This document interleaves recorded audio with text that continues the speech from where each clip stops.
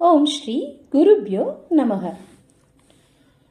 அஞ்சு குடிக்கோர் சந்ததியாய் ஆழ்வார்கள் தன் செயலை விஞ்சி நிற்கும் தன்மையலாய் பிஞ்சாய் பழுத்தாலை ஆண்டாளை பக்தியுடன் நாளும் வழுத்தாய் மனமே மகிழ்ந்து.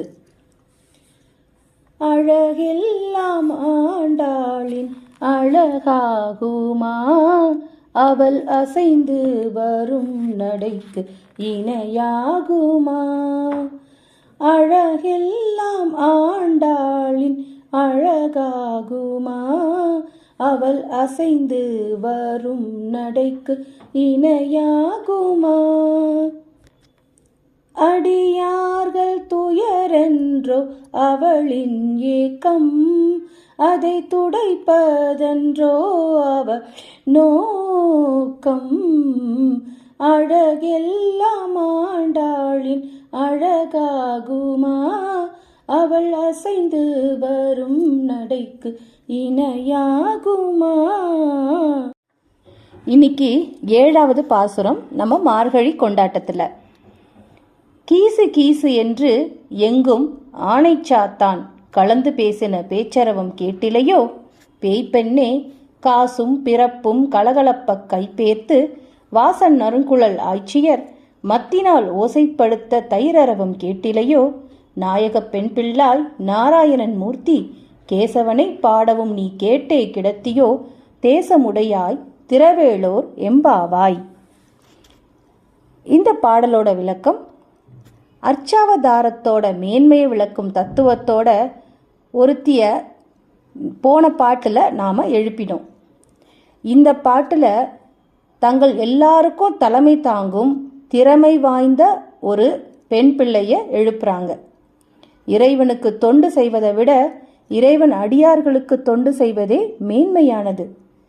இவளும் எங்களோட சேர்ந்து இறைவன் அடியார்களை அழைப்பதை விட்டுட்டு அழகாக துயில் கொண்டு இருக்கிறாளே அப்படின்னு நிறைய உமானங்களை கூறி அவளை கேலி செஞ்சது போல குத்தலாக பேசிதான் எழுப்புறாங்க. அந்த தோழியோட வாசல்ல நின்றுக்கிட்டு எழுந்திராய் பொழுது விடிந்து விட்டது, அதற்கு அடையாளமாக கீசு கீசுன்னு ஆனைச்சாத்தான் அப்படிங்கிற ஒரு குருவி அதோட குரல் உனக்கு கேட்கலையா அப்படின்னு சொல்றாங்க. ஆனா உள்ள இருக்கிறவளோ இவர்களை நோக்கி என்ன சொல்றா தெரியுமா? நீங்க தான் அந்த குருவி கூட்டங்களை எழுப்பிட்டீங்க, உங்களோட சத்தத்தை கேட்டுதான் அது எல்லாம் கூவ தொடங்கியிருக்கும் அப்படின்னு சொல்றா. அதுக்கு வெளியில இருக்க கூட்டம் சொல்லுது, இல்லை இல்லை, அவைகள் எல்லாம் ஒன்றோடொன்று கலந்து பேசிக்கிட்டு இருக்கு. எங்களோட சத்தத்தினால எழுந்துட்டா ஒரு முறை 2 முறை கூவிட்டு அடங்கி போயிருக்கும் இல்லையா.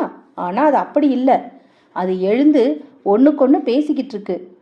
இரவெல்லாம் ஒரே இடத்துல இருந்துட்டு விடிவதை உணர்ந்து இறை தேடுவதற்காக பகலெல்லாம் பிரிய போறோமே அப்படிங்கிற அந்த வருத்தத்தில் பிரிவாற்றாமையை தாங்க முடியாம அந்த குருவிகள் ஒன்றுக்கொன்று தங்களுக்குள்ள விவரிச்சுக்கிட்டு இந்த ஆணை சாத்தான்கள் அப்படின்ற குருவி குஞ்சுகள் அது பேசிக்கொண்டே இருக்குதே, அந்த பேச்சு உனக்கு கேட்கலையா, அந்த பேச்சு உனக்கு புரியலையா அப்படின்னு வெளியே நிற்கிற அந்த தோழிகள் எல்லாரும் கேட்குறாங்க. உடனே உள்ள இருந்து எந்த பதிலும் வரல. இவங்களுக்கெல்லாம் கோவம் வந்துருச்சு. கிராமத்து பாணியில் செல்லமாக திட்டுவாங்க இல்லையா, பேய் பண்ணே அப்படின்னு அழைக்கிறாங்க. கீசு கீசு என்று எங்கும் ஆனைச்சாத்தான் கலந்து பேசின பேச்சரவம் கேட்டிலையோ. பேய்ப்பெண்ணே இந்த மாதிரி அழைத்து இன்னும் சொல்கிறாங்க. இந்த ஆயர்பாடியில் இடைக்குல பெண்கள் எல்லாம் விடிய காலையில் எழுந்து தங்களோட வீட்டு தயிர் பானையில் மத்தை இட்டு கை சலிக்க மாறி மாறி தயிர் கடையிறாங்க. அந்த அசைவுனால அவங்க கழுத்தில் அணிந்துள்ள காசு மாலையால் செய்யப்பட்ட அச்சுத்தாலியும் ஆமைத்தாலியும் ஒன்னோட ஒன்று உராய கலகலன்னு சத்தம் கூட வருது. அந்த காத்துல வர்ற அந்த சத்தமும் உனக்கு கேட்கலையா? அது மட்டும் இல்லாமல் அவங்க குடியிருக்கும் அந்த இடத்துல அவங்க சூடி இருக்கும் மலர்களிலிருந்து உண்டான நறுமணமும் தயிர் கடையும் போது உண்டாகும் துமி என்ற நொதியிலிருந்து ஏற்படும் நறுமணமும் கலந்து ஆயர்பாடி எல்லாம் நிறைஞ்சு சில்லுன்னு இந்த இளந்தென்றலோட மிதந்து வந்த அந்த ஆரவாரம் மெல்ல மெல்ல அப்படியே எழுந்து மேலுலகம் நோக்கி போய்கிட்டே இருக்கு. இந்த சப்தம் கூட உன்னோட காதுல விழவே இல்லையா அப்படின்னு கேட்குறாங்க. காசும் பிறப்பும் கலகலப்ப கைப்பேர்த்து வாச நறுங்குழல் ஆய்ச்சியர் மத்தினால் ஓசைப்படுத்த தயிர் அரவம் கேட்டிலையோ அப்படின்னு கேட்குறாங்க. உள்ள படுத்திருக்கிற அந்த தோழி, அதாவது தலைமை ஏற்க ரொம்ப திறமை வாய்ந்த அந்த தோழி, அவ என்ன சொல்றா அப்படின்னா, இந்த ஊரு வள்ளல் பெரும் பசுக்களால் நீங்காத செல்வம் நிறைய பெற்று குடங்களை வாங்கி வைக்க வைக்க பால் சொரிந்துக்கிட்டே இருக்கிற ஊர் இல்லையா, அதனால இரவு பகல்னு பாராது எப்பவுமே பால் பெருக்கெடுத்து ஓடிக்கிட்டே இருக்கும். அதனால ராத்திரியும் சரி பகலும் சரி அவங்க தயிர் கடைஞ்சிக்கிட்டே தானே இருப்பாங்க. இதுவா ஒரு விடிஞ்சதுக்குன்னு அடையாளம் அப்படின்னு அவ பதில் சொல்றா. அவ தலைவியா இருக்க போறவ இல்லையா, நல்லா பேசுற பேச்சு அவளுக்கு தெரிஞ்சிருக்கு. இது மாதிரி சாமர்த்தியமாகவும் அவ வன்மையாகவும் பேசும்போது தன்னோட நண்பர்களை கூட அன்போட மிகுதியால தோழமையால நாம தலைவான்னு கூப்பிடுறது இல்லையா, அதுபோல இதை கேட்டதும் அந்த பெண்ணை நோக்கி இந்த கூட்டத்தில் இருக்கவங்கெல்லாம் என்ன சொல்றாங்க அப்படின்னா, நாயக பெண் பிள்ளாய் அப்படின்னு அவளை தலைவியா நினைச்சு சொல்றாங்க. அதுவும் இது இன்ப புகழ்ச்சியா அவங்க சொல்றாங்க. நாயக பெண் பிள்ளாய் என்று அழைத்து இன்னும் சொல்றாங்க, அப்படின்னா நீ இந்த பறவைகளோட பேரரவம், தயிர் கடைதலால உண்டான சப்தம், நாங்கள் நாராயணன கேசி என்ற அரக்கியை கொன்ற கேசவனை பாடி கூவி கொண்டு வரும் பேரொளி, இது எல்லாமே கேட்டுக்கிட்டே தனிமையில் கிருஷ்ணானுபவம் பண்ணிக்கிட்டே நீனு படுத்துக்கிட்டு இருக்கியா? அப்போ உன்னோட முகம் எவ்வளோ பிரகாசமாக இருக்கும். எங்கள் சப்தத்தை கேட்டு ரசிக்க வேணும்னே நீ இப்படி கிடந்துட்டு இருக்கியா? நீ சீக்கிரம் கதவை தரையேன்.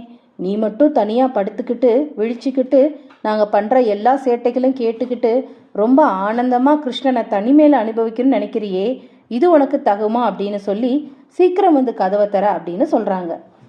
நாயக பெண் பிள்ளாய் நாராயணன் மூர்த்தி கேசவன். கேசவன் இங்கே சொல்றது கேசியை வென்றவன், கேசி என்ற குதிரையை அழித்தவன்.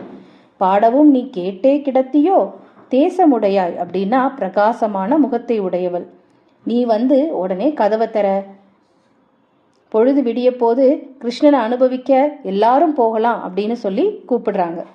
இதுதான் இந்த பாடலோட விளக்கம். இதோட உட்பொருள் என்ன சொல்ல போகுது அப்படின்னா, பாலை கடைஞ்சு தயிர் எடுக்கிறத போன்று திருமந்திரம், துவயம், சரமஸ்லோகம் இத மூன்றோட பொருளை உணர்ந்து இறைநிலையை நன்கு உணர்ந்து பாகவதர்கள் தாம் பெற்ற இன்பத்தை மற்றவங்களுக்கும் கிடைக்கணும் அப்படின்னு அடியார்களையும் பாகவதர்களையும் அழைப்பதும் அதுவே அவர்கள் கடமை அப்படின்னு தான் இதோட உட்பொருள்.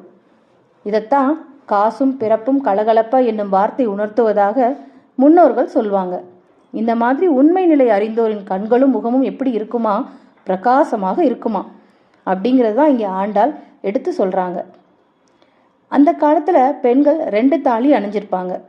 அச்சால பொட்டழித்து மாலையாக கோர்த்து கழுத்தில் ஆபரணமாக அணிந்து கொள்வதற்காக அச்சுத்தாலின்னு பேரோடு இருக்கும். இன்னொன்று முளையாக பண்ணி கோர்த்து தரித்த ஆபரணம் முளைத்தாலி அப்படின்னு பேர், அதுக்கு ஆமைத்தாலின்னு சொல்லப்படும். இந்த மாதிரி தாலியை பற்றி தான் இங்கே ஆண்டாள் தன்னோட பாசுரத்தில் குறிப்பிடுறாங்க. இது 2 அணிவது வழக்கம், இந்த 2 தான் உன்னோட உரசி சப்தம் செய்யுது அப்படிங்கிறதையும் சொல்கிறாங்க. இப்போ இந்த பாசுரத்தில் ராமானுஜருக்குன்னு என்ன அர்த்தம் சொல்லப்படுது அப்படின்னு பார்க்கலாம். இந்த பாட்டில் கலந்து பேசின பேச்சரவம் அப்படிங்கிறா ஆண்டாள். ராமானுஜர் வடமொழி தென்மொழி 2லும் வல்லமை படைத்தவர் இல்லையா? வாதுக்கு வந்தோர்களை வடமொழி பிரமாணங்களை காட்டி ஜெயிச்சாரு. வடமொழியில் பாடப்பட்ட வேதாந்த கருத்துக்கள் எல்லாமே தண்டமிழ் நூல்களில் ஆழ்வார்களால் விளக்கப்பட்டதையும் அவர் விவரிச்சாரு. ஆழ்வார்களின் திவ்ய பிரபந்தமான தெய்வ தீந்தமிழை திருவரங்கப் பெருமாள் முன்னிலையில இன்னிசையால பன்னிசைக்கு அவர் செஞ்சாரு. வடமொழியும் தென்மொழியும் வளைந்து வளைந்து வாழ்த்திசைக்க பெருமாளின் திவ்யங்களை வார்த்தை அலங்காரங்களால் வாரி வாரி வழங்கினாரு அந்த ஸ்ரீபெரும்பூரில் பிறந்த ஸ்ரீமத் ராமானுஜர். அதனாலதான் கலந்து பேசின பேச்சரவம் அப்படிங்கிறத இங்க எப்படி அர்த்தம் கொள்ளலாம் அப்படின்னா, ராமானுஜர் பேர்ல அவர் உபய வேதாந்தம் கலந்த மணிப்பிரவாள நடையில அவரோட திறன் எப்படி இருந்தது அப்படிங்கிறத வெளிப்படுத்துறதா சொல்லப்படுது.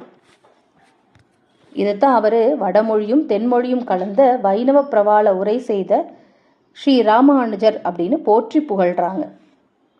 இந்த பாசுரத்தோட அர்த்தம் இத்தோட முடியுது. மீண்டும் நாளைய பாசுரத்தில் நாளைய பதிவில் பார்க்கலாம். ஸ்ரீமதே ராமானுஜாய நமக. ஸ்ரீ ஆண்டாள் திருவடிகளே சரணம்.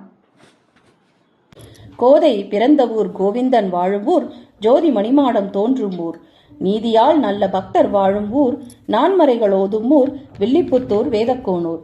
பாதகங்கள் தீர்க்கும் பரமனடி காட்டும் வேதம் அனைத்துக்கும் வித்தாகும் கோதை தமிழ் ஐயைந்தும் ஐந்தும் அறியாத மானிடரை வையம் சுமப்பதும் வம்பு.